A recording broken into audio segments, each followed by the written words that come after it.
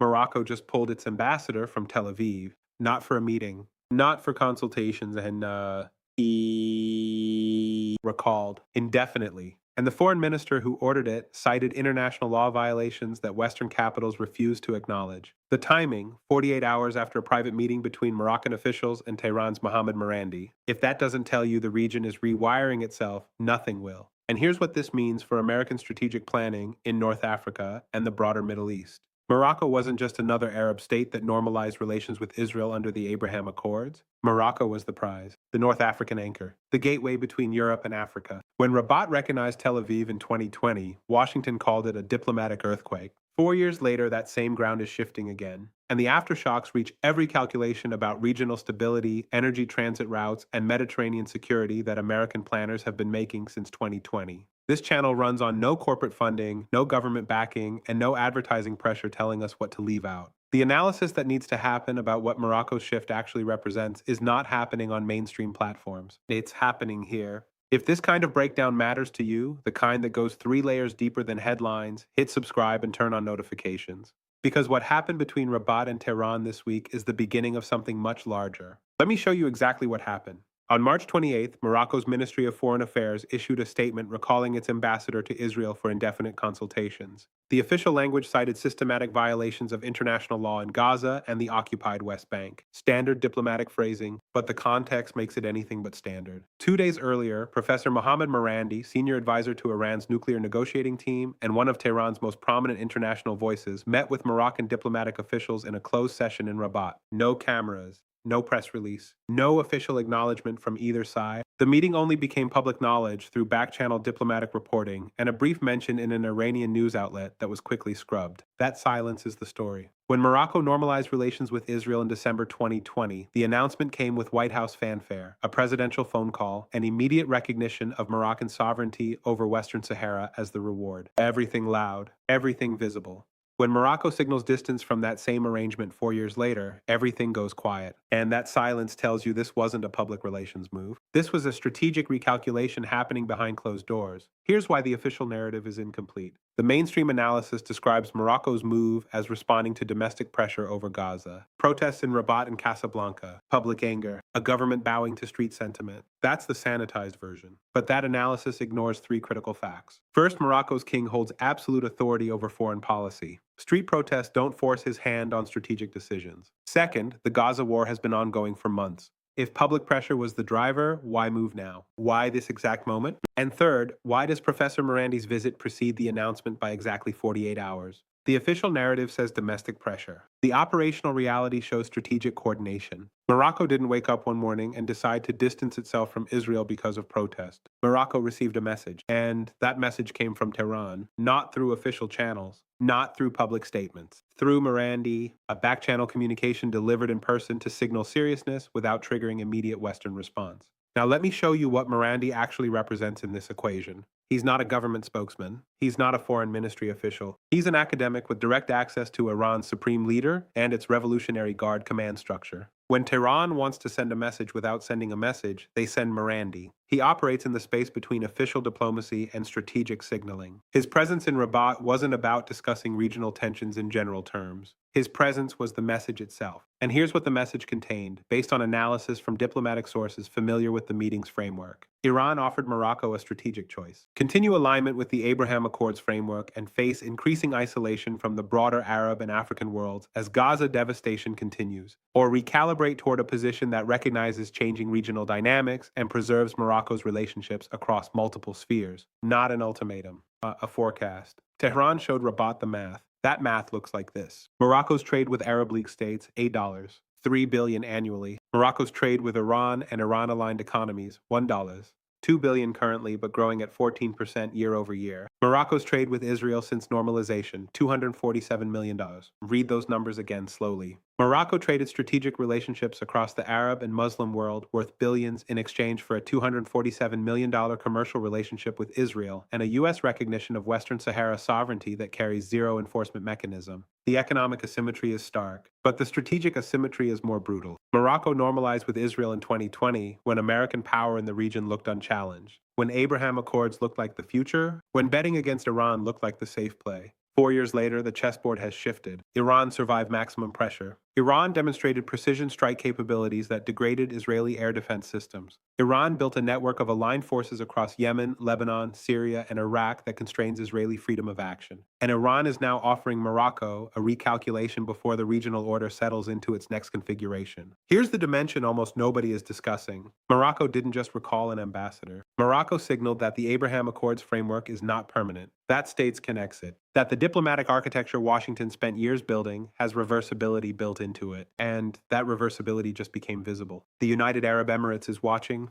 Bahrain is watching, Sudan is watching. Every state that signed normalization agreements under U.S. pressure or inducement just saw Morocco demonstrate that those agreements can be suspended without immediate consequence. The Pentagon has to be running scenarios right now about what happens if this becomes a trend, if one recall becomes three, if Abraham Accords don't just stall but reverse. The entire strategic logic of isolating Iran through Arab-Israeli normalization collapses if the Arab states start calculating that Iran's regional position is more durable than American commitment. Now let me show you the technical political calculation that makes Morocco's move possible.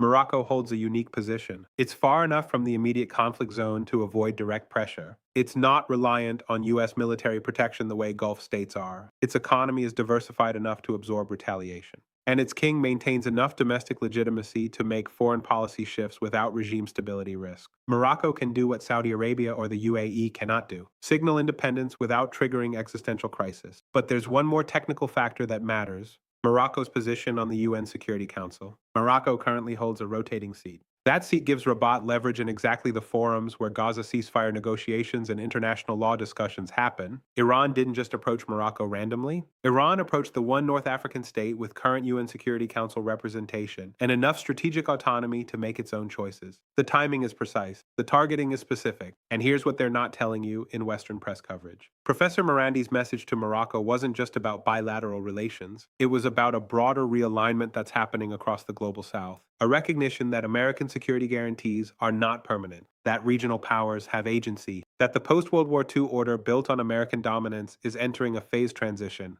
Marandi presented Morocco with a choice between clinging to a framework designed in Washington or participating in a regional order shaped by regional actors. The evidence for this interpretation comes from what happened immediately after the ambassador recall. Morocco's foreign ministry released a secondary statement expressing solidarity with Palestinian self-determination and calling for international accountability for violations of humanitarian law. Standard language. But that language appeared in Arabic, French, and English simultaneously. That simultaneous translation signals intentional communication to multiple audiences. The Arabic version speaks to Arab League states. The French version speaks to Francophone Africa. The English version speaks to international institutions and Western capitals. Morocco was announcing a position shift across all three spheres at once. Let me pull back and show you how this fits into a pattern that's been building for 18 months. In September 2023, Syria was readmitted to the Arab League after 12 years of isolation. States that spent a decade trying to overthrow Assad invited him back. That was signal one. In January 2024, Saudi Arabia and Iran restored diplomatic relations after 7 years of severed ties. China brokered the deal. That was signal two. In March 2024, the UAE quietly reopened full diplomatic channels with Damascus and Tehran despite U.S. objections. That was signal three. Now, Morocco recalls its ambassador from Israel and receives an Iranian envoy.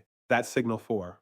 The pattern is clear. Arab states are recalculating their relationships independent of American preferences, not in opposition to the United States, not as an anti-Western bloc, but as sovereign actors making decisions based on their own strategic interest in a region where American influence is no longer automatic. Morocco's move is not an isolated event. It's the next chapter in a story where regional states are reclaiming agency. Here's where China enters the equation. Beijing has been watching Morocco carefully for years. Morocco sits at the western edge of China's Belt and Road Initiative's African expansion, the port of Tangier, the rail connections, the industrial zones. China has invested $7 billion in Moroccan infrastructure since 2016. That investment creates influence, and that influence creates options. When Morocco recalibrates away from the Abraham Accords framework, Beijing gains. Every state that distances itself from U.S.-designed diplomatic architecture creates space for alternative frameworks. China doesn't need Morocco to join an anti-American alliance. China just needs Morocco to demonstrate that U.S. diplomatic initiatives are not irreversible. That demonstration alone undermines the credibility of future American diplomatic packages. Why sign the next agreement if the last one can be suspended when convenient?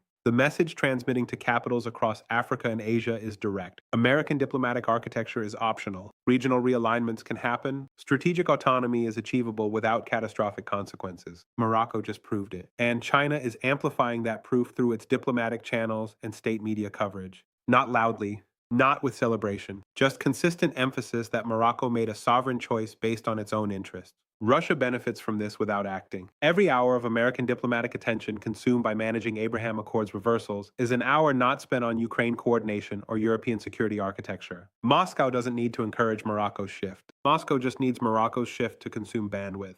And it does.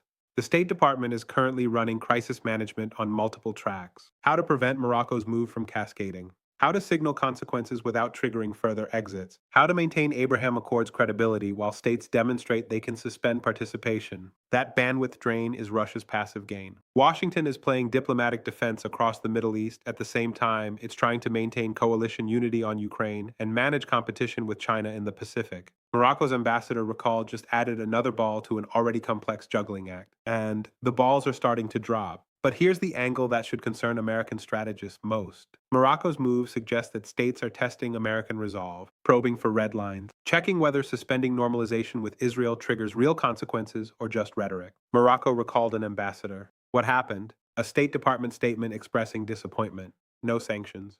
No aid cuts. No security partnership adjustments. Just words. That response teaches every other Abraham Accords signatory a lesson. The lesson is simple. You can suspend normalization. You can signal distance. And American retaliation will be verbal, not material. That lesson encourages further testing. If Morocco can do this without cost, what can the UAE do? What can Bahrain do? What can Sudan do? The credibility of American red lines is being tested in real time, and the test results are not favorable. Now here's the economic math that makes this sustainable for Morocco. The Abraham Accords promised economic benefits, investment flows, technology transfers, trade expansion. 4 years later, Morocco's total economic benefit from Israeli normalization sits at roughly $300 million in combined trade and investment. That's zero. 2% of Morocco's GDP. Not transformational. Not critical. Not worth alienating the broader Arab and Muslim world that represents Morocco's primary cultural and economic orientation. Compare that to Morocco's potential access to a realigned regional market. If Morocco positions itself as a bridge between North Africa and an Iran-integrated Middle Eastern economy, the trade expansion potential runs into billions.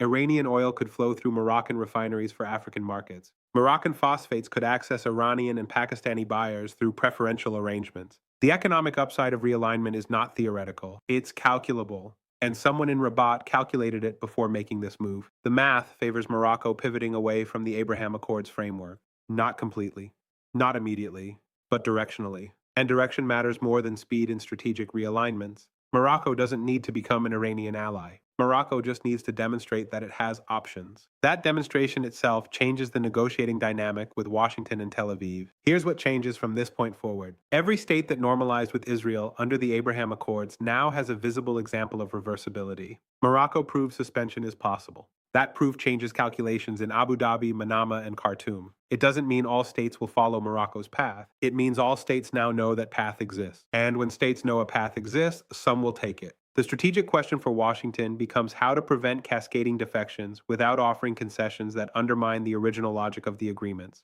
If the U.S. offers Morocco incentives to reverse its ambassador recall, other states will manufacture similar crises to extract similar incentives. But if the U.S. does nothing, Morocco's move becomes a template. The policy dilemma has no clean solution. What burned in Rabat this week is not just a diplomatic posting. It's the assumption that Abraham Accords created permanent realities. Iran just demonstrated those realities are negotiable. And Professor Marandi was the messenger who delivered that demonstration in person. The question now is how many other states receive similar messages through similar channels that haven't become public yet. Here are my 3 predictions with a clock attached. First, within 60 days, at least one other Abraham Accords signatory will signal distance from Israel through reduced diplomatic engagement or suspended agreements. Not a full break, just visible cooling. Second, within 90 days, a senior Iranian official will make a state visit to Morocco, not Marandi, a foreign ministry representative, making the back-channel communication official. Third, within 6 months, Morocco will announce a major infrastructure deal with either China or Iran that exceeds $500 million. demonstrating that the strategic reorientation has material backing. Drop your prediction in the comments. Which happens first? Another state following Morocco's lead, Tehran making the relationship official, or the economic deal proving the realignment is permanent? Tell me, because I read every single one. If this gave you a framework for understanding Morocco's move that goes beyond mainstream coverage, the kind that connects diplomatic actions to economic calculations to great power competition, share it with one person who needs to understand what's actually happening in the Middle East right now. The next video examines what Saudi Arabia is quietly doing while everyone watches Morocco. The kingdom's moves are even more significant. Subscribe so you're there when it lands.